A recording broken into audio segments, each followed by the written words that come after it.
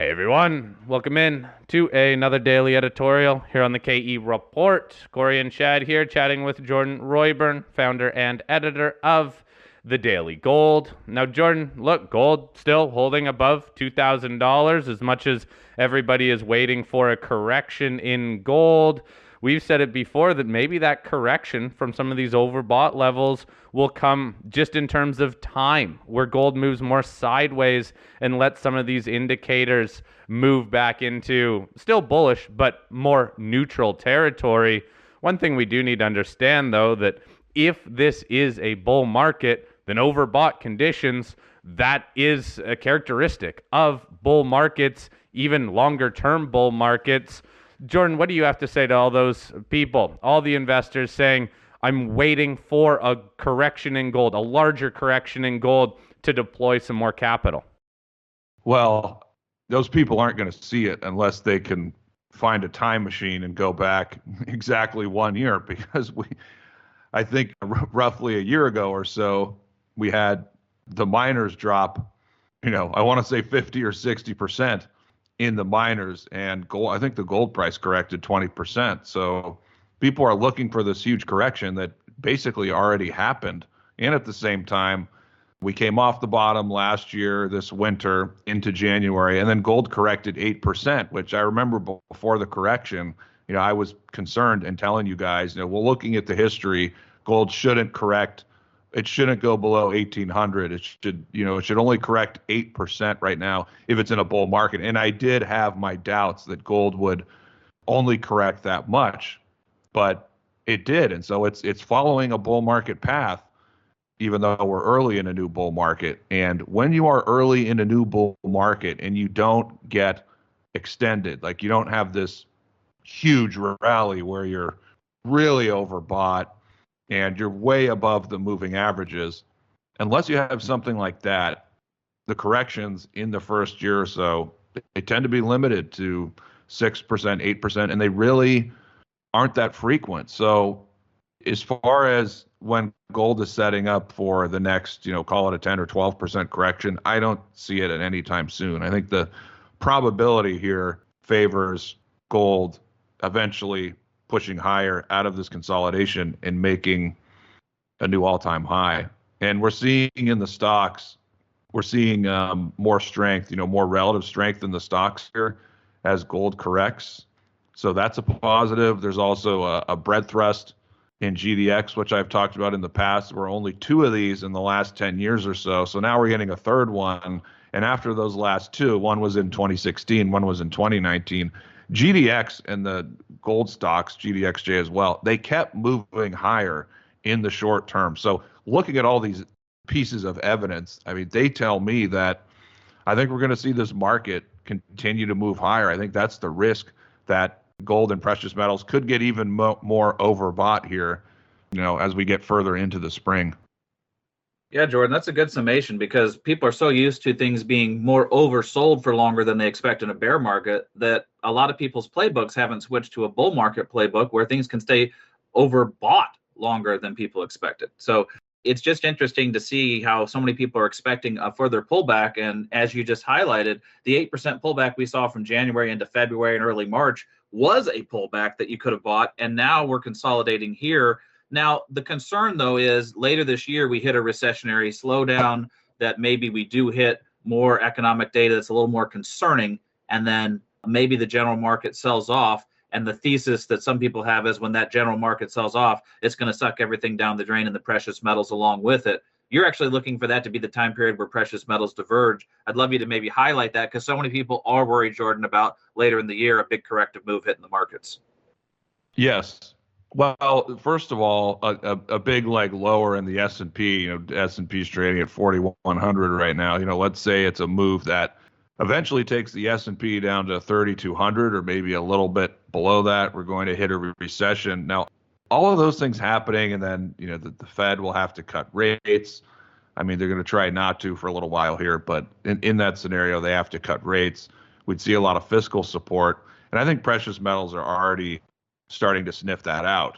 But in that scenario, I think, and it really depends how overbought precious metals get and where they're trading at. I mean, how much precious metals will correct in that type of situation for the stock market is completely dependent on how much they're going, how much higher they're going to move here in the short term. Because if you would tell me, oh, the stock market's going to correct now, it's going to have that big leg down, you just wouldn't see that much of a correction, in my opinion, because precious metals are not that overbought. However, if we're talking, 3 or 4, 5 months from now, and the market's really starting to roll over, where it's threatening to take precious metals lower, it will pull down precious metals to some degree, depending on how overbought they are. I mean, if you see gold at 26 or 2,700, silver is even, call it above 35 at that point. Miners are much higher. Then that's the scenario where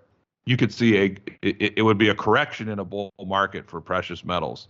I mean, too many people are looking for a repeat of 2008. Like, this is a completely different situation. I mean, yes, there's problems with the banks, but the banking system is in much better shape compared to 2008. You don't have a massive housing bubble, so you're not going to see a deflationary shock of that magnitude. But my thinking is certainly you could get the first significant correction in precious metals in a new bull market. And I don't know if we would have a huge divergence, because we have seen precious metals, they have been rising with the stock market, even though they're really outperforming. But I think if we're looking at the big picture, you're going to see precious metals in the coming months making higher highs, gold probably breaking out. It's a clear new bull market, and you're looking at the stock market, maybe the stock market has to go a little bit higher, 4,200, 4,300 to suck more people in, thinking it's a new bull market. But if you're looking at these long-term charts, like you're already starting to see what would be a divergence. And so I think that, you could also see the way you could see a divergence in this scenario, in the summer, early fall, precious metals correct, the market's really weak, and before the market finishes its bear market, you would see precious metals rebound, continue to run, make higher highs, while the stock market is still struggling and maybe trying to bottom at that point. So I don't envision it being like a perfect divergence if you're looking at week to week or month to month, but kind of in the big picture, if you're stepping back, I think we're already seeing the start of a new bull market in precious metals, whereas the S&P 500, it has rebounded, but it's nowhere close to making a new all-time high. Yeah, well, and that's key, right? In precious metals, at least gold, is very, very close to a new all-time high.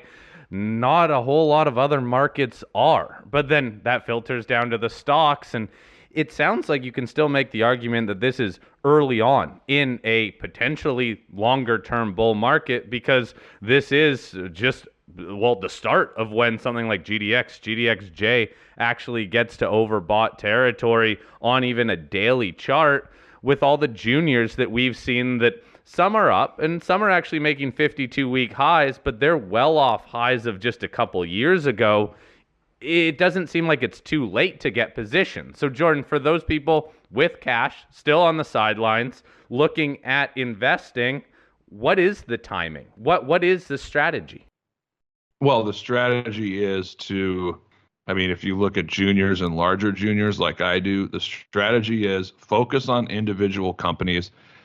Look for something that you think has good fundamentals and maybe has a chart where it's not really overbought, but you see something that could pop here in the next 3 or 4 months. Those are the types of things I would look for. Something where, maybe if you're wrong and, we rest for a little while, it's not going to go down 20 or 30%. So those are the types of things I'd look at.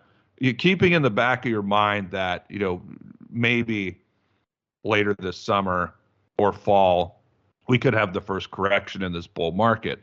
But, here and now, the strategy of, I'm just going to wait for that correction, I'm going to sit here right now and wait it out, that's the wrong strategy, because then you risk the market moving much higher in the short term before that correction, which is a risk, because that's really painful if you're already out of the market and you're just going to sit there and say, I'm going to wait till we have a correction. The problem is the market could go much higher. Then you have this correction. And so by the time the correction ends, the market or the stocks you're looking at, they might be still trading above where they are right now. So that's the worry. I mean, we talked about short term, how things still look good and the balance of probability favors higher prices.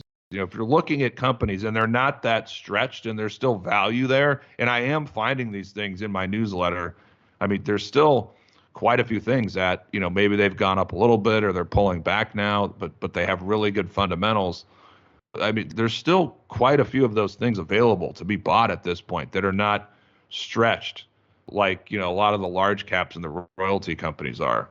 So that's how I would play it. No, I always say it. Focus on a case by case basis. Look at the individual stocks. Maybe tilt it a little bit to silver since silver lags, but it's outperforming now.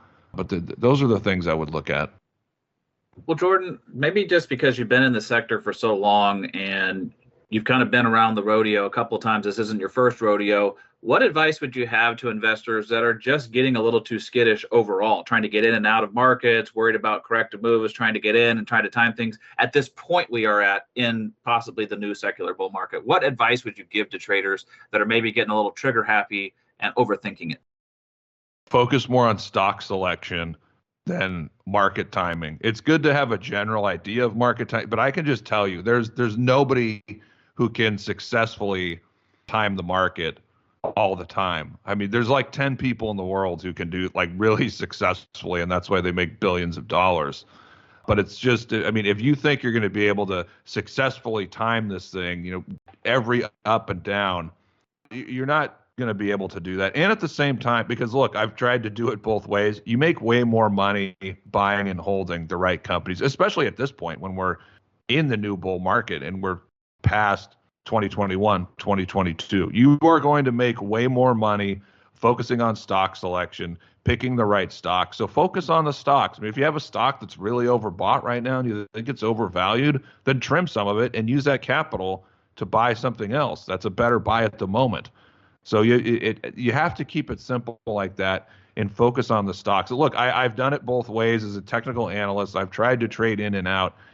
You will make way more money buying and holding the right companies. So that's what you need to do is focus a lot more on your fundamental research of companies, understanding, which companies are going to lead. I mean, for me, I think, I love looking at producers that have growth potential, and especially the ones that are trying to make a big discovery at the same time.